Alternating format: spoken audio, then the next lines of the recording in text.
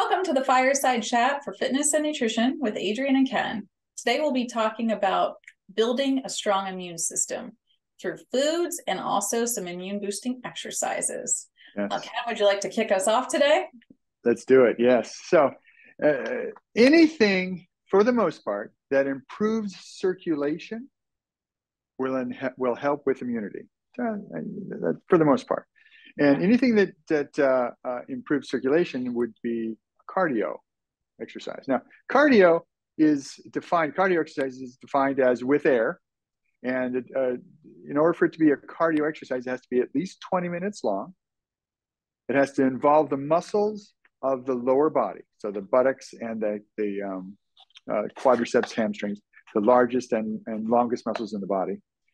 And it has to be nonstop. So you can't stop and then start and stop. That's the original definition of cardio. So it has to be, you have to be kind of breathing sort of hard. So you can carry on a conversation, but kind of just barely carry on a conversation, like a talking conversation. And so those are the things that define a cardio. Now, being a cardio does improve circulation, and it improves your lung capacity. So anything that does that will improve your immune system. So that's good. That's what cardiovascular system does. And cardio is, you want to do it a lot, 5 to 7 times a week, half an hour. Go out for a walk, go out for a power walk, go out for a stroll, anything that gets your heart rate up. That's what you want to do. You want to do it on a regular basis and often. Strength training or weight bearing, weight lifting, body weight exercises, anything that involves muscle tearing down the muscular system. Cardio doesn't really tear down the muscles, doesn't really. That involves, well, that's a discussion for another period, but it involves a different type of muscle tissue. And the strength training, which involves short bursts of energy, is good for building muscle mass. And the more muscle you have, the more that it can store energy and protein, which will help improve immune system. So you want a lot of muscle mass. And I'm not talking about being Arnold Schwarzenegger. I'm just talking about improving what you already have. And it'll help you move better and a whole bunch of benefits for muscle strength training. Flexibility routines, flexibility things like, yoga is one thing, but anytime you do flexibility, it's in tune with that, or along with that is relaxation and reduction in stress. Anytime you can reduce stress will improve your immune system. So relaxation and stress is important. HIIT, or high intensity interval training, is basically a very, very intense exercise followed by a less intense exercise or a rest. And the benefits of that is going to be improved cardiovascular, which improves circulation, which improves immunity, and increases your metabolism. So we want that. That's a good thing. Metabolism is basically muscle mass. And same thing as strength training. Another set of type of exercises are the mindful mind-body exercises like Tai Chi, where you're doing the slow movements and that's nice and relaxing, stress relieving, nice and relaxing. And you want to include those into your, maybe once or twice a week, something like that would help. And anytime you can reduce stress, your immunity system will be improved. Anything that increases your heart rate. It could be outdoors. It could be swimming. It could be hiking. It could be outdoor sports. Anything that's outdoor, which would be good. That also helps to regulate sleep. You want good sleep because that helps with immunity. You don't get enough sleep, your body doesn't recover, and immune system suffers. So, all those things that help increase cardiovascular system, anything that can improve circulation will help. You also, and the benefit of exercise, basically, if you lose weight, you're going to improve your circulation, which will improve immunity, enhance sleep. Here's another benefit of especially aerobic exercise is it increases your body temperature, which can kill off viruses and bacteria, which will improve your immune system. So those are some benefits of exercise and why you'd want to do it, and to improve your immune system. What about you, Adrienne? What That was incredibly comprehensive. I love how you even broke down like the actual definition of cardio and what it takes to call something cardio. I did not realize that it had to involve the lower body. It makes sense, but just even having that definition is pretty neat. Plus the mind body exercises, I feel like that's a huge component, kind of touching more on stress. Sleep, I agree with you. It is one of the most foundational things ever. You can't even just like have a green juice and expect to sleep 4 hours a night and that the green juice is going to do everything. It needs to be sleep plus lower stress plus fitness plus nutrition to get you the best results ever. Now, in terms of nutrition, I have 5 different immunity boosters, foods, herbs that you might want to incorporate. And I want to start off with my favorite. This is garlic. Because I will say, like, ever since we are broke college students, we relish the power, the ubiquity, the inexpensive nature of this plant. It's only like 50 cents a bulb. It has antibacterial, antiviral, antiparasitic properties, and it tastes delicious. You can put it in a bunch of different dishes.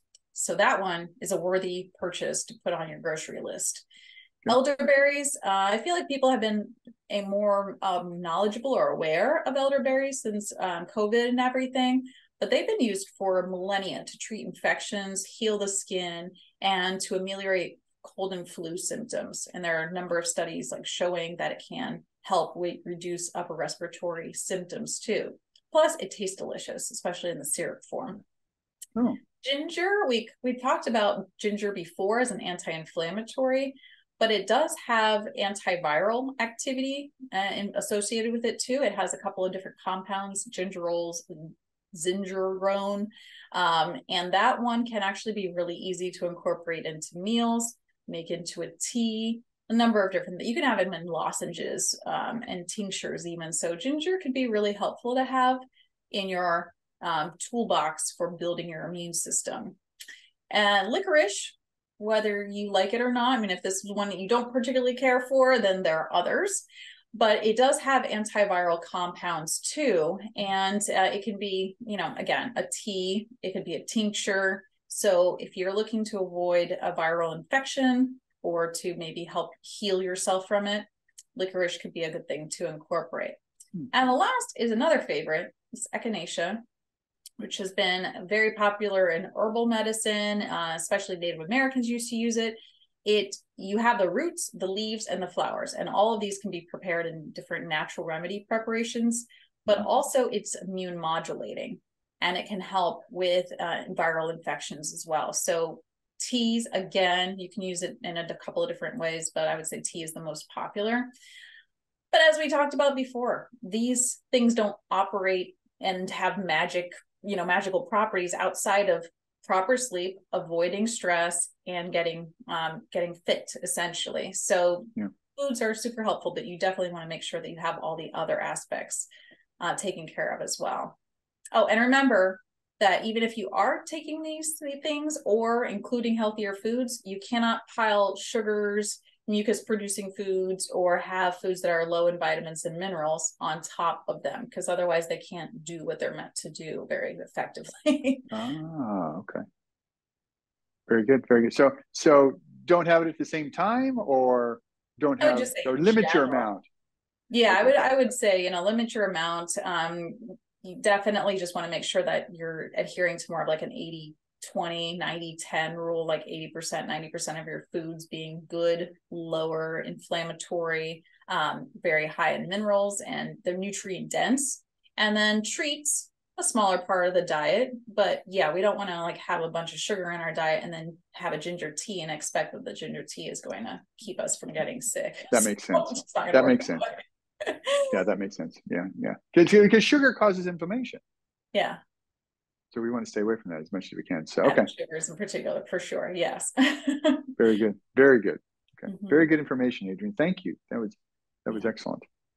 Well, it's hard. I know it's hard because everybody's like, oh, it's the holidays and everything. And we really want to keep your immune system strong while also acknowledging that there are probably going to be a little bit more treats in our diets. But as Ken and I have discussed, there are still ways to improve your immune system. If you're getting better sleep, even though you've had a treat, if you are reducing your stress, even though you've had a treat, and maybe you're having some ginger tea, like these things do have some power. You just want to like stack the seesaw essentially. You want to have like all more good things and little bad things. Nice, nice. Not that you can't have the bad things, it's just you want to limit it and have more of the good things. Exactly. That's a good way of Perfect. thinking about it. So we're not depriving ourselves, we're just limiting. We're making Right. generally good choices for ourselves and for our immune Perfect. system so that we can operate and do the things we want to do in life and go into the new year feeling amazing. There you go. That's all anybody wants. Any closing remarks? Anything that you want to share, Ken? Consistency, consistent. I always stress that you got Yes. to do it on a regular. Every time I feel like every video I'm saying, you have any remarks? Consistency, Adrienne. Consistency, and that's the key. As much as you can do it, consistent work gets benefits, and once you start seeing benefits, the rewards, it kind of builds on itself, and it's you want to do more of it because you're seeing how you feel and how you look and how you perform, but you have to do it consistently. You can't do it once a week or once a month and expect results. So yeah, I agree with you. And I think like the 4 points that we brought up of like being consistent with our sleep, reducing our stress, our fitness, and our nutrition. You can't just do these things once, get a good night of sleep, once a week and expect a good result, or the same things with nutrition and fitness too. So I agree with you. I think that should be part of our new motto or something. I think so. I think so. But in the meantime, we all hope that you have a great, healthy holiday season and keep your immune system bolstered. And if there's anything that you have questions about or want to know more about, please leave a comment and we'll address it in future chats. All right. Take care, everyone. Bye. Bye.